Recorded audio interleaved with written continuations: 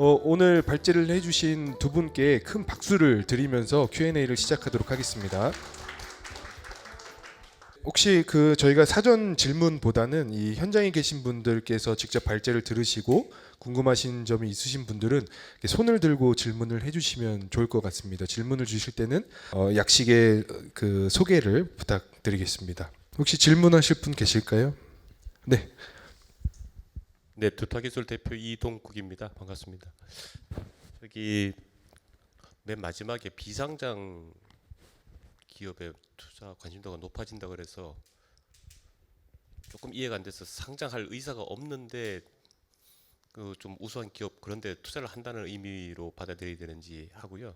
그다음에 항공 우주 산업이 한 2, 3년간 투자받기에 좀 양호한 것 같다 이런 말씀을 설명 없이 넘어가셨는데 그 부분에 대해서 조금 더 설명을 좀 해주시기 바랍니다.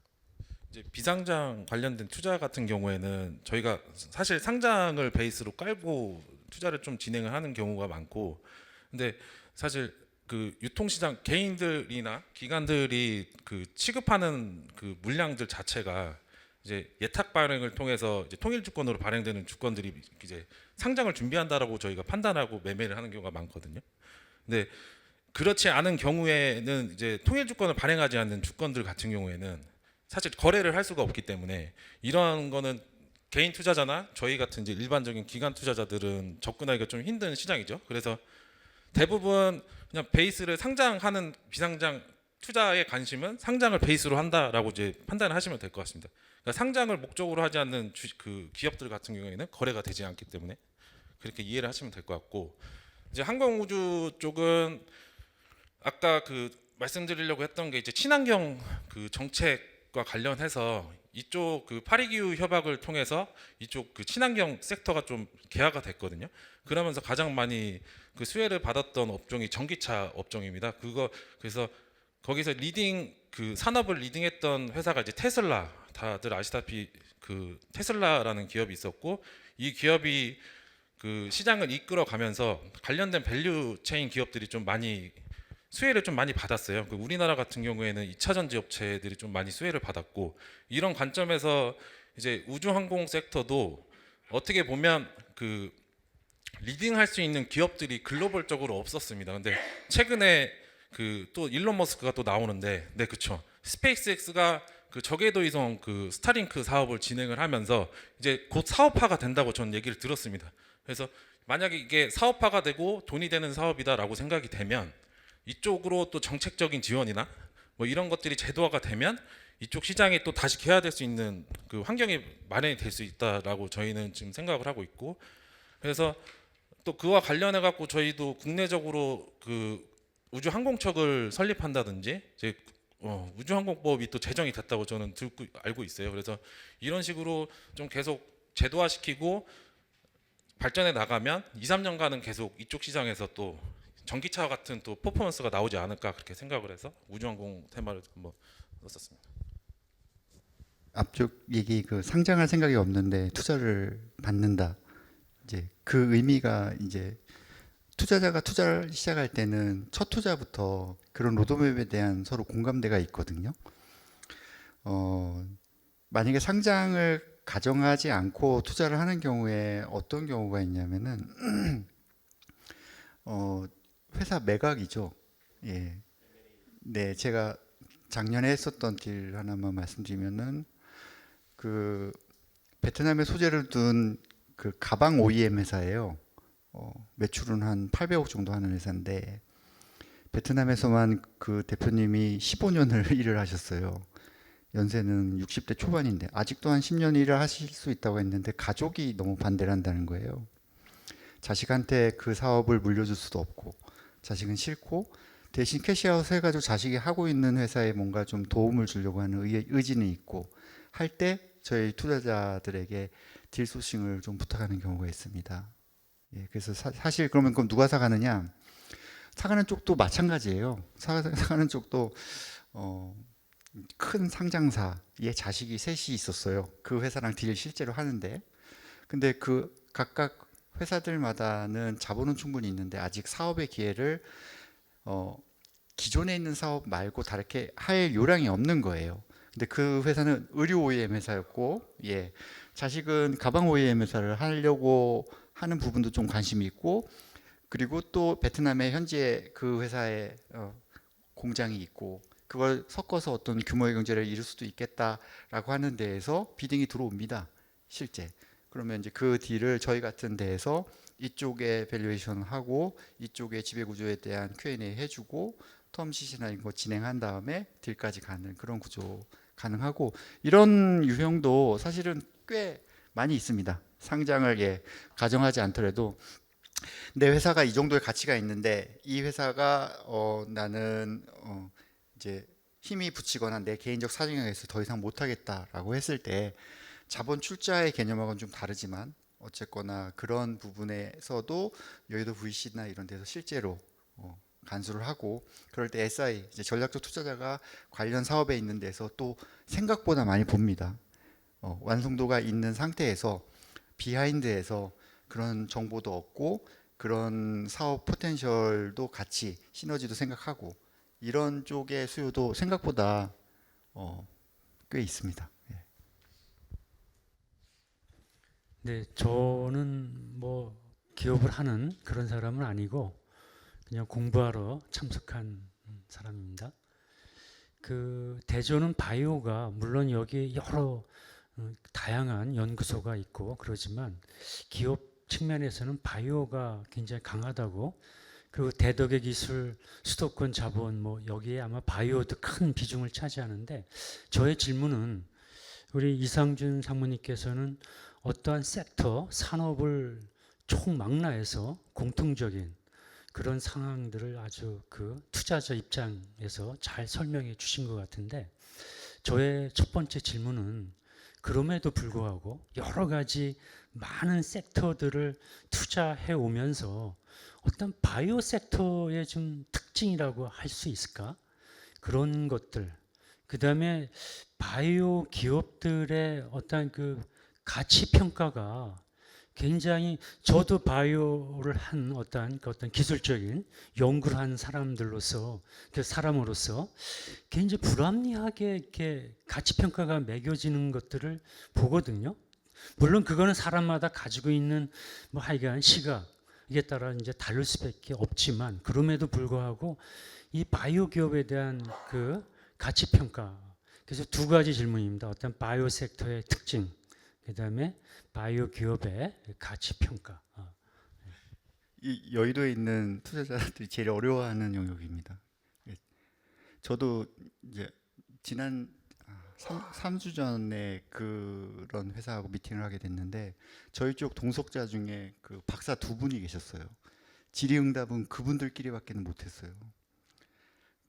이게 산업을 알려면 기본적으로 시간이나 경험이 필요한데, 저희 같이 투자자 입장에서는 특히나 이해가 굉장히 어려운 영역이어서 밸류에이션에 대한 저항도 있고, 이게 어떻게 그렇게 돼라고 하는 데에 대해서 사실은 포텐셜이 가장 큰 영역임에도 불구하고 이해를 잘 못하는 부분이 있습니다. 그래서 바이오 섹터를 주로 하는 VC들이 조금씩 있어요. 예. 거기는 그 영역 출신 분들도 있고 그 영역만 벤처 투자하는 그런 VC들이 있습니다. 그러면 저희들처럼 LP의 한 유형으로서 같이 참여하게 되는 경우에는 그분들의 권위에 기대는 경우가 많습니다. 하여 밸류에이션을 평가하는 것 자체는 능력이 없다고 봐야 되겠죠. 전체적으로 인정받는 그런 시대는 있다고 봐요.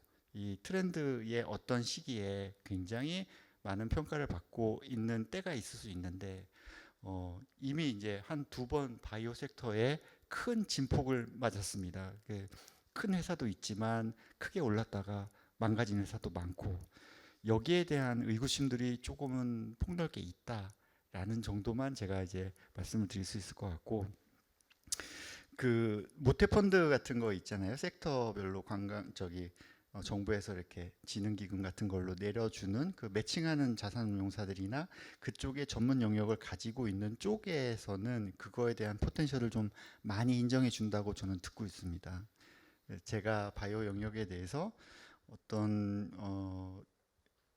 도움이 될 만한 그런 의견은 드리는 게 별 의미가 없는 것 같고, 다만 그 주식시장이 있습니다. 주식시장에 크게 뭐 분류 기준으로 한 40개 정도 된다고 보면, 바이오 쪽은 뭐 신약이 있고, 그리고 바이오 기기가 있고, 뭐 제네랄 있고, 이렇게 세 정도 분류로 저는 기억이 얼핏 나는데, 그 세 각각의 영역이 주식시장 내에서 받는 프리미엄의 흐름이 있습니다. 이제 퍼 멀티플이라고 하는 수익에 대해서 시장 가치를 어떻게 평가를 받느냐, 그때 좀 동조받는 경향이 있는 건 사실이에요. 그러니까 유통시장에서 평가받는 가치가 비유통시장의 포텐셜에 대해서 좀 너무나 불합리하고 말도 안 되지만 영향을 받는 것도 사실입니다. 예. 그게 결국에는 최종 의사결정에서 다양한 사람들이 모여서 그 리스크를 테이크하는 거에 대해서 논의를 하기 때문에 일어나는 문제예요. 피어 멀티플이라는 게 그래서 어쩔 수 없이 큰 회사 상장사들하고 연결이 돼서 여기가 100배를 받는데 여기에 포텐셜 50배 받는데 지금 여기는 이렇게 안 됐는데 라고 하는 게 실제 영역 그 자체의 가치를 놓고 보는 분들하고 조금 다른 어떤 대중적 프리미엄이라고 보면 되죠. 가치 평가에서 그런 게 좀 섞여 있는 트렌드가 있는 것 같습니다. 예. 네, 오늘 저는 창업 6년차 된 주식회사 이스코스의 강종민 대표입니다. 그래서 오늘 모처럼 투자자 입장에서 본 그 시각을 배울 수 있어서 참 좋은 기회였다고 생각합니다. 제가 현재 그 어려움을 좀 조언을 좀 구하고 싶은데요. 제가 그 제품 개발이 다 끝나고 현재 제품을 시판을 하고 있는데 이제 초기 판매 단계이고요.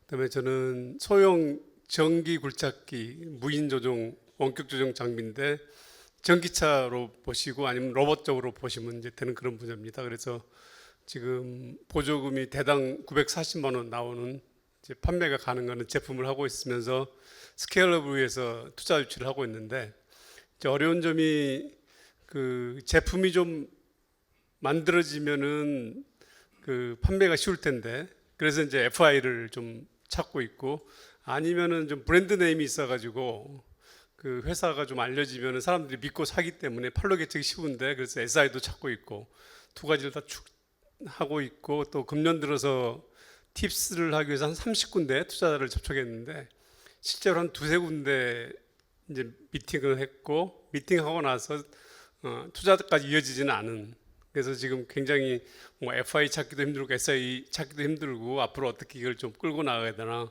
고민이 많은데 좀 조언을 좀 부탁드리겠습니다.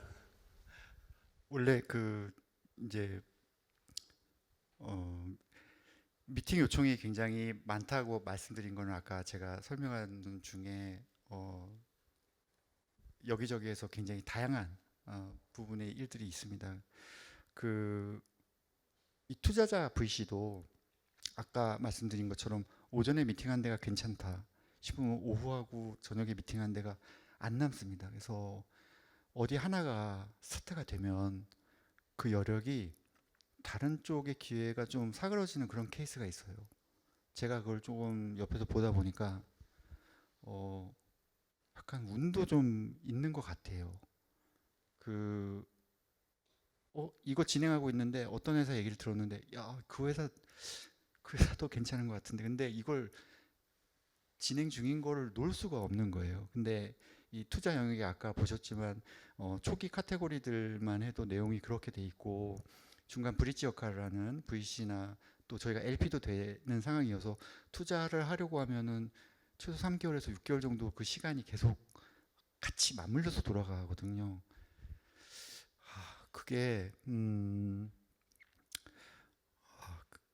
일단은 제가 계획하는 드릴 수 있는 조언이라고 한다면은 폭을 좀 더 넓혀서 노출을 좀 시키는 그런 거를 좀 더 해보시는 게 어떨까라는 정도고요. 왜냐하면은 이렇게 매니저들이 VC 쪽에도 한 300명 그리고 운용사 여의도에도 800~900명 된다고 하는데 그 중에서 이 비상장 쪽으로 투자를 할 때 리스크랑 리턴에 대해서 경험을 잘 알고 있는 사람이 그렇게 많지는 않아요. VC 쪽은 이제 당연히 많이 알겠지만 자금이 있는 증권사 혹은 뭐 운용사 뭐 기타 FI들도 너무 많이 있는데 그 중에서 어찌어찌 하다가 좋은데 우리 구미랑 딱 맞는데 내가 잘 그 부분에 대해서 비전이 있다고 느끼는 그 매니저랑 링크되는 게 그렇게 쉽지가 않더라고요. 예. 개인적으로 만약에 내가 어렸을 때 뭐 로봇이나 혹은 뭔가의 그 원격 굴착기 이런 거에 대한 관심이 있었던 친구들이 있습니다. 영역별로 다. 바이오도 있고 컨텐츠도 있고 다 개인 경험이 다 다르니까 어차피 사람이어서. 그런데 이제 새롭게 세팅을 해서 어린애부터 가르치기 시작한다고 내 회사를 어필할 때 약간 시간이 좀 걸려요. 네, 그리고 어떤 때가 딱 이렇게 안 맞으면은 한 6개월 정도 그렇게 안 되는 건들이 있더라고요. 예, 제가 그런 경험이 있습니다. 그래서 제가 말씀드리고 싶은 거는 일단 그 이미 접촉하신 분 쪽이 있고 그리고 그쪽에서 얘기해 준 아웃풋을 대표님이 한번 면밀히 그 보드진하고 한번 상의를 해보시는 게 중요합니다. 얘네들이 왜 내 회사를 내 기술을 매력적이게 느끼지 않지? 그쪽에 피드백을 그냥 인사치레 피드백 말고 이제 허심탄회하게 너희들하고는 여기는 안 되지만 네 비슷한 다른 사람들을 난 또 만나야 되니까 그걸 좀 많이 듣는 보완을 하셔가지고 여기저기다가 막 이렇게 얘기를 좀 해보는 거. 그래서 사실 이제 보통 대표님들 제가 같이 미팅하고 나면은 미팅에서 다음에 이제 얘기 나눌 때 제일 처음 얘기하신 게 한대요 이거예요. 근데 한다고 하다가도 안 할 수도 있고 해서 스타트해서 VC에 노력을 넣어도 LP가 또 사정이 안 된 때가 있습니다. 작년에 저희가 그래서 거의 다 된 딜을 200억이 안 돼가지고 그 큰 딜을 놓친 적이 있어요. 그러니까 그 준다는 데에서 그 LP 쪽 사정에 의해서도 안 되는 상황도 늘 생기기 때문에 그 불확실성을 가장 제거하기 쉬운 방법은 한번 만나서 떨어진다고 해서 이제 관계 스탑을 하지 마시고 또 왜 우리 회사가 왜 매력이 없는 것 같아? 혹시 너희가 투자하려고 하는 회사 매력적인 게 어딘지 좀 얘기해 줄 수 있어? 이런 거 약간 벤치마크 같은 의미죠. 그런 거를 들으시고 나서 우리가 가지고 있는 장점을 그 필터에 딱 얹어가지고 던지는 겁니다. 그 부분의 컨셉을 잡는 부분이 이제 윤용로 차장이 계획하고 있는 중간에 투자자와의 브릿지 역할을 하는 사람들의 역할이기도 하고 회사는 이러한 모습을 가지고 있는데 여기서 투자자가 듣기 쉬운 아이덴티티를 하나, 두 개, 세 개를 뽑아서 우리는 이걸 지향한다라고 얘기를 할 때 대표님들이 맞아 나 그거야 라고 얘기되는 경우에 그걸 이제 밀고 나가 되는 거죠. 솔직한 거니까. 근데 안 될 때는 이제 막 머릿속이 복잡한 투자자한테서 내 얘기를 쭉 할 때 안 받아들여지는 그 부분은 일단은 횟수를 좀 늘리거나 그 포인트를 조금 바꿔서 다시 어필해 주는 것 말고는 제가 생각했을 때는 크게 그 대안은 좀 적은 것 같습니다. 예. 대표님 회사 자체에 대해서 자긍심이 있고 이 회사를 이 부분으로 뚫어가려고 하는데에 얘기를 넌 투자자, 나는 투자 받고 싶은 사람 여기서 끝내지 마시고 조금 사적인 자리에서 네가 내 얘기를 들을 때 뭐가 제일 이렇게 안 다가오냐? 근데 이거는 분명합니다. 제가 아까도 말씀드렸다시피 제가 그 축분을 이용한 바이오차 만드는 회사 얘기를 들었잖아요. 거기는 SK증권 만나고 GS에너지 만나고 또 상장되어 있는 빅컴퍼니 VC를 만났어요. 근데 모든 곳에서 리퀘스트가 다시 들어왔어요. 2번 정도. 그러니까 비슷한 시각을 보고 느끼는 게 비슷한 투자자들은 어떤 공통된 거에 딱 끌림이 있다라는 거는 맞아요. 근데 그게 사업체별로 어떤 건지는 그거는 쉽지 않습니다. 어떻게 뽑아내느냐, 어떻게 시류에 맞는 트렌드에 맞는 걸 내가 어필하느냐 이런 거죠. 예. 그걸 좀 참고하셔서 하시면은 충분히 생각지도 않은 데에서 또 기회를 얻으실 수도 있다라는 생각이 듭니다. 아까 또 손 드시던 네. 네, 안녕하십니까. 그 AI 솔루션즈 대표 김보식입니다. 저는 창업한 지 1년이 안 됐습니다. 그래서 제가 궁금한 거는 기업의 이제 그 밸류에 대해서 궁금하거든요. 저는 이제 하반기에 투자를 갖다 유치할 계획을 가지고 있습니다.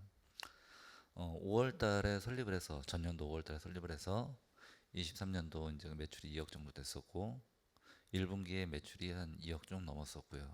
그리고 2분기에는 약 한 15억 정도 이렇게 이제 예상되고 이제 최종 계약을 앞두고 있는 상황인데 초기 기업은 밸류를 갖다 높이 받을 수 없다라고 아까 말씀을 하셨어요. 기업가와 투자자 사이에는 갭이 분명히 존재한다고.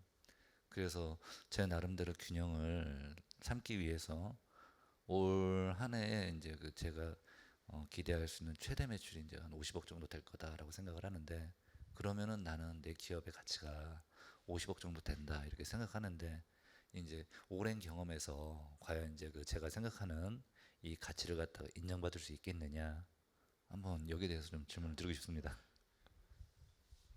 이 완전 사적인 제 견해라는 걸 전제로 해야 합니다. 일단 엄청나신 거예요. 예, 작년에 설립하셔가지고 초기 매출을 일으키시고 이제 아마도 그걸 물어본 거예요. 어디다 파셨는지. 아마 나중에 말되면 이게 누구에게 소요됐는지가 결국에는 이제 확장성이거든요. 예. 근데 경력이 초기 스타트업으로 만드셨는데 바로 매출을 내시고 또 그 뒤태 바로 이런 정도에 내셨으면은 대표님은 이제 난 50억 매출하면은 뭐 손익 상관없이 우리 회사는 50억 정도의 밸류를 받을 수 있을 거다 이 기대를 하시는 거잖아요. 좀 가능할 것 같아요. 예. 그 일단은 그 AI는 지금 제가 말씀드린 여러 영역 중에서 가장 핫한 부분인 건 맞습니다. 그러니까 아까 제가 영상 보여드린 그 회사가 그런 투자를 받으면서 낙수 효과로 하는데요. 그 유사한 회사들이 투자를 막 받아요, 같이. 왜냐하면 1등이 뚫었으니까. 처음에 이제 제가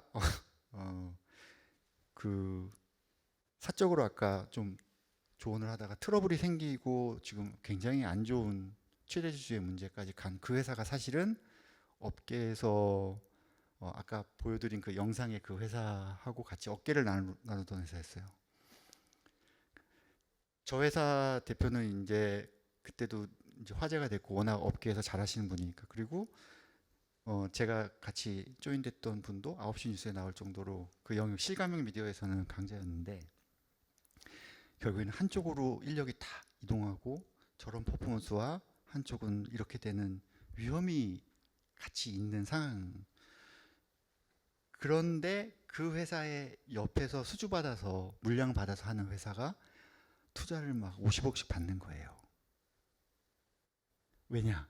1조짜리가 나왔잖아요. 세계에 수출해서 없던 세상이 열리는 거잖아요. 아르테미듐 가면은 뭐 반응은 다 다른데 아무튼 없던 게 나타나면 사람들이 신기합니다. 아까도 저 무역센터 거기 그 광고 막 고래 다니고 하는 거 있잖아요. 그리고 미국에서도 그렇게 하고 또 매출처가 삼성전자, 화웨이 이런 데 막 나오는 거예요. 그리고 공공기관, 관광 육성 이런 데 다 되니까 이게 낙수 효과의 틀을 딱 깬 다음에 그 옆에 한 곳, 두 곳, 세 곳이 같이 막 얘네가 산업을 뚫으니 산업이 확장되겠구나. 그때부터는 이제 우호적인 마음이 막 진행되는데 AI가 지금 그래요. AI가 사실은 말씀하신 대로 어디까지 어느 영역에 뭘 잘 이해를 못할 거예요. 예. 그리고 코어 핵심 기술이 뭐고 실제 그런지는 다 구두 체크밖에 안 됩니다. 자기가 신뢰하는 사람. 그러면 신뢰하는 그 사람은 뭐 알까요? 대표님처럼 모를 거 아니에요. 그런 차원에서는 지금 굉장히 좋고 가능성이 많으실 거라고 저는 예상이 들고요. 실제 수익을 내는 그 흐름보다는 우리가 만든 제품의 코어 밸류는 이건데 이게 그 코어 밸류를 반영하는 사회의 구매로 이어지는 거다. 제가 듣기에는 그렇지 않으면 이런 숫자는 안 나올 테니까 그렇게 될 경우에는 굉장히 좋을 수 있습니다. 예. 또 하나만 제가 도움이 될까봐 지금 대기업에서도 CVC라고 해서 사내벤처를 육성을 해요. 제가 얼마 전에 만났던 데도 LG전자에서 CVC를 해가지고 그럼 보통 이제 회사에서 분할을 합니다. 그리고 그걸 개발하는 개발팀이나 개발자가 스타트업으로 나갈 거냐 말 거냐 이러고 하다가 이제 퇴사를 하셨어요, 그분들이. 그리고 LG전자가 뭐 한 15%나 10% 지분을 이제 물적 투자를 하는 거죠. 근데 그분이 이 LG전자에서 나오기 전에 그 틀을 가지고 저희한테 500억 밸류로 왔어요. 매출을 한 20억 하는데 사업은 수면 테크, 잠자로게 하는 뇌파 관련된 이슈였습니다. 기술적인 부분은 설명해도 저희가 알 수는 없죠. 저희는 인문학적으로, 경제학적으로, 소비학적으로 되는 거에 결과치를 놓고 추정을 하는 건데 그분이 지금 이제 100억까지 떨어졌어요. 그런데도 모집이 안 됩니다. 그 말은 뭐냐면은 실제 사업의 성과를 내고 어필할 수 있는 게 명료하다면 처음에 200억짜리로 받은 회사도 봤어요. 근데 다른 레퓨테이션 가지고 이렇게 쭉 나와서 LG전자가 도와줄 거다, 뭐 LG전자 몰에 올라가 있다 이걸로는 안 된다는 거예요. 그래서 처음에 시리즈를 받으실 때 처음에 50억이냐, 100억이냐, 뭐 20억이냐 이 차이에 대한 거는 대표님들 입장에서는 자존심인데 제가 말씀드릴 수 있는 부분은 그 정도 성과를 보이시고 이 정도 흐름이면은 말씀하신 기대치 부분은 무리한 건 아니라고 생각합니다. 네, 저는 주 SN의 이병채 부사장입니다. 두 번째 강의하신 분 간단한 잘 몰라서 질문 드리는 건데요. 1조 원 이상 작년에도 그렇고 올해도 그렇고 투자 금액 1조 원 이상 남아 있는 것 같다라고 말씀하셨는데 그러면 10조 원 정도. 11조. 예. 그러면 뭐 엄청 뭐 한 100억, 10억씩만 해도 거의 뭐 한 만 개 정도가 되는 것 같은데 저거 그냥 궁금한 거는 그럼 그 중에 이제 개인 투자조합 은행이라든지 사적 투자조합이 있을 거고 국가가 내주는 그 투자 금액도 있을 것 같은데 그 중에 국가가 내주는 투자 금액 중에 뭐 몇 퍼센트라고 하더라도 벤처기업들 정말 열심히 하는 사람들 많거든요. 뭐 아시겠지만 고생하는 사람들 많아요. 그럼 그런 사람들 찾아갖고 한 10억씩만 해도 숨통 트일 수 있는 일들이 많다라고 생각하는데 왜 그렇게 11조씩 남겨놓고 하고 있는지 제가 그 이해가 안 가고 두 번째는 만약에 그렇게 하기가 이렇게 어려운 건가요? 그러면 우리 민간 정부 R&D 하면서 그 성공하는 확률이 이렇게 많지 않습니다. 그렇다고 해서 억지로 막 진짜 뭐 착복을 하다든지 경영진들이 다 뺏었고 뒷돈을 쓴다든지 하는 사람들은 이제 벌을 주고 부정신을 추고 뭐 하는데 마찬가지 투자금도 그렇게 운영할 수 있는 거 아닌가라는 그게 왜 어려운가라는 질문이고요. 한 가지는 또 그 말씀하신 것 중에 어떻든 시장 상황이 지금 안정이 안 돼서 뭐 좀 안 좋다라고 말씀하셨는데 그게 좀 이해가 안 가서 시장 안정이 어떤 면에서 안정화가 안 된 건지 제가 이거 몰라서 두 번째 부분은 제가 몰라서 드리는 것 같습니다. 그 숫자 부분하고는 좀 별개로 그냥 제가 체감한 걸 말씀드릴게요. 작년에 투자가 엄청 안 됐다라는 거는 팩트인 것 같아요. 말씀하신 대로 그 왜 안 됐냐? 이제 그 모태 자금이나 이제 정부 출연 자금이나 이런 자금들은 다 요구 수익률이라는 게 있습니다. 그 요구 수익률을 못 맞추는 거에 대한 페널티가 크진 않습니다. 그런데 어쩔 수 없이 정책 자금을 모태로 받은 VC들이나 운용사들은 그 굉장히 개꿀이거든요. 그걸 다음에도 또 받고 싶어해요. 그럼 잘 해야 됩니다. 잘 하려면은 좋은 때에 좋은 투자처를 찾아서 하려고 하는 거죠. 일단 금리가 높은 상태에서는 게다가 투자는 3년 5년인데 이게 복리 계산되면 요구 수익률이 엄청 올라가요. 아예 이번 해는 넘어가자, 이번 반기는 넘어가자 이런 분위기는 실제로 되게 많았습니다. 쏴야 되는데 못 쏜 자금이 꽤 있다라는 얘기는 제가 현장에서 들었어요. 규모가 어떻게 되는지 모르겠는데 근데 그게 결국에는 취지랑 안 맞게 그렇게 간다라는 거에 대해서는 제가 말씀을 드릴 수 있는 게 좀 약간 정치적인 부분이어서 이제 없는 것 같은데, 그래서 올해 이제 저희 쪽 후배들 같이 하는 쪽도 올해는 많이 할 수 있지 않겠냐, 좋은 회사 빨리 찾아보자, 묶인 자금도 있고, 보통 자금 주면은 3년, 5년, 뭐 긴 건 10년짜리도 있는데 연마다 채워야 되는 비율이 있거든요.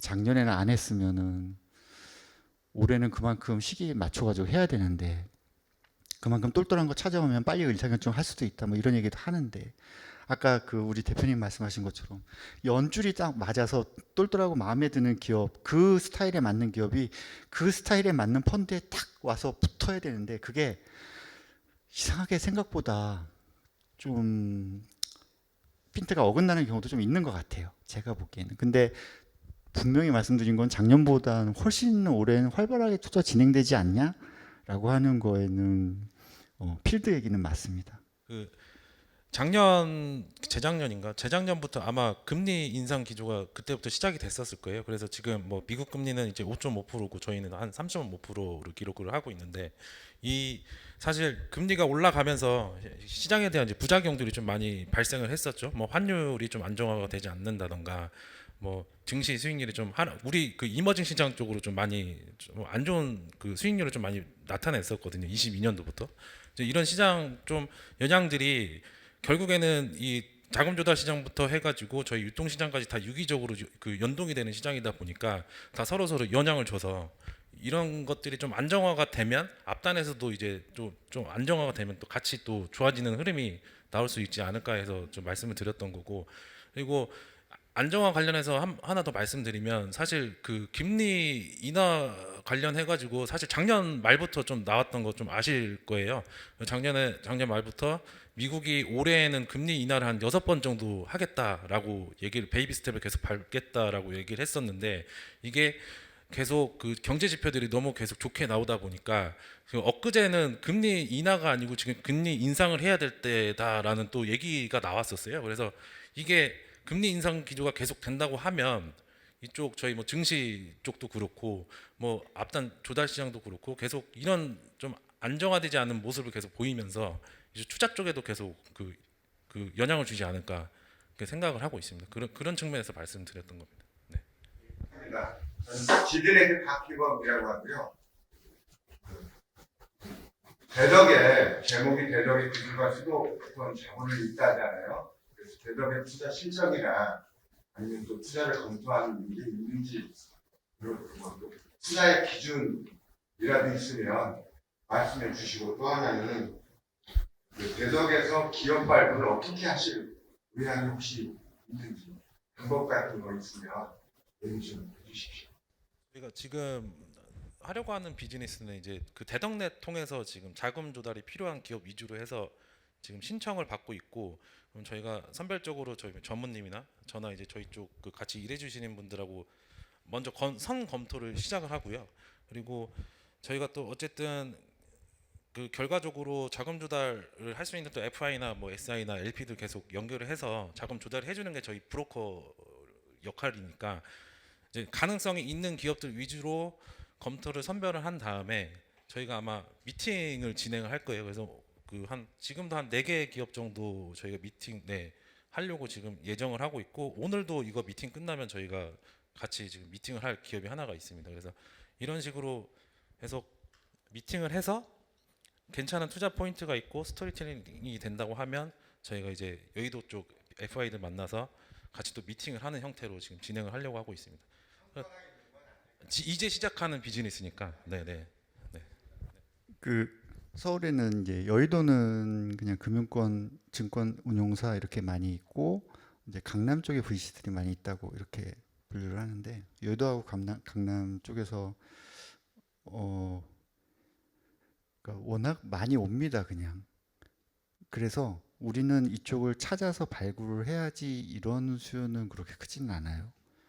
그렇게 접근이 아니라 여기저기 계속 오는 회사들의 브리프 자료 보고, 이 회사 미팅 한번 해볼 만하다면 누구 오실 수 있냐, 회사의 내용 어떻고, 뭐 대략 궁금한 거를 여쭤보고 한번 만나보고 같이 해볼까 말까 뭐 이런 정도의 일정이 계속 있는 상태라고 해서 어느 섹터를 그러니까 대표님 말씀하신 최근에 AI가 굉장히 핫하고 뭐 왔다 갔다 하면은 가상현실 혹은 뭐 이런 쪽이 핫하고 하는 거니까 그쪽을 파가지고 회사를 찾자 이런 쪽은 증권사 IB 쪽이 합니다.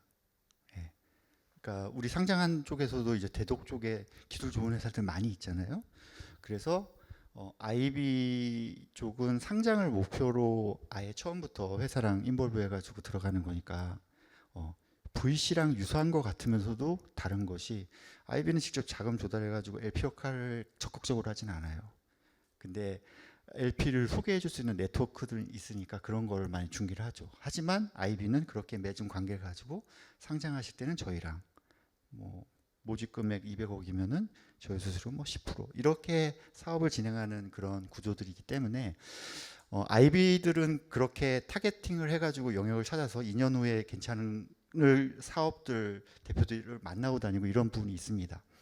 애널리스트들도 이제 만나긴 하죠. 왜냐하면 비상장분들이 얘기해 줄 수 있는 상장사의 경쟁사, 뭐 협력사 이런 걸로의 정보를 얻을 수 있으니까. 그런데 이제 이쪽 VC 쪽에 자금 조달을 하는 입장에서는 이쪽 타겟을 해가지고 판단하는 거는 제가 아는 일반적인 경우는 별로 없고, 그럼 그렇게 이제 모태처럼 구분이 돼 있는 영역에서는, 근데 거기도 이렇게 그 영역이 워낙 유명해서 많이 옵니다. 대부분 와서 우리 투자가 좀 필요한데 우리 이렇게 사업 기술이 맞는데 우리 거 좀 검토해줘 이런 식이어서. 그리고 이제 투자하는 거는 그 부분에 이제 공백 부분을 윤영로 차장이 이제 수도권하고 여기를 링크를 시켜서 한번 해보겠다라는 의지를 가진 거고, 이렇게 이해하시면 될 것 같습니다.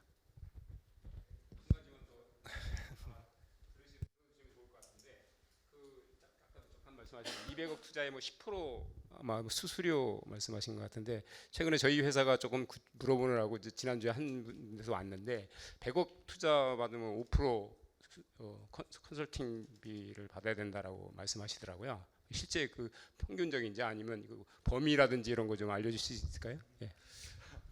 이거 그 원가 물어보는 거랑 비슷하신 거. 제가 들은 거는 제가 지금 실제 본 거는 중간에 해주신 분이 5% 받으신 거 봤어요. 3% 받으시는 분도 있고요. 예. 그 모집 100억이 쉽지는 않으니까. 예, 제가 실제 경우는 20억 원래는 그렇죠. 20억 모집하려고 했는데 18억이 모였고, 거기 중간에 소개해 준 이제 좀 애매합니다. 그게 회사를 알려주면서 해준 분이 5%를 받으셨다라는 얘기를 들었고, 제 사례는 제가 그 퍼센테이지는 그거보다 낮고 대신 지분 이렇게 해서 저는 한 적이 있어요. 예. 네, 말씀 감사합니다. 지금 예정된 시간보다 조금 오버가 됐지만 이제 오늘 네트워킹 데이는 여기서 마치도록 하고요. 저희 그 발제자 두 분께서 그 혹시 시간이 되신다면 조금 더 끝나고 나누실 수 있는 시간이 있으면 네, 좋을 것 같습니다. 일단 오늘 시간 내주셔서 여기 대전까지 오셔서 발표를 해주신 두 분께 다시 한번 감사의 박수 드리도록 하겠습니다. 네, 이상으로 네트워킹 데이 모두 마치도록 하겠습니다. 수고 많으셨습니다.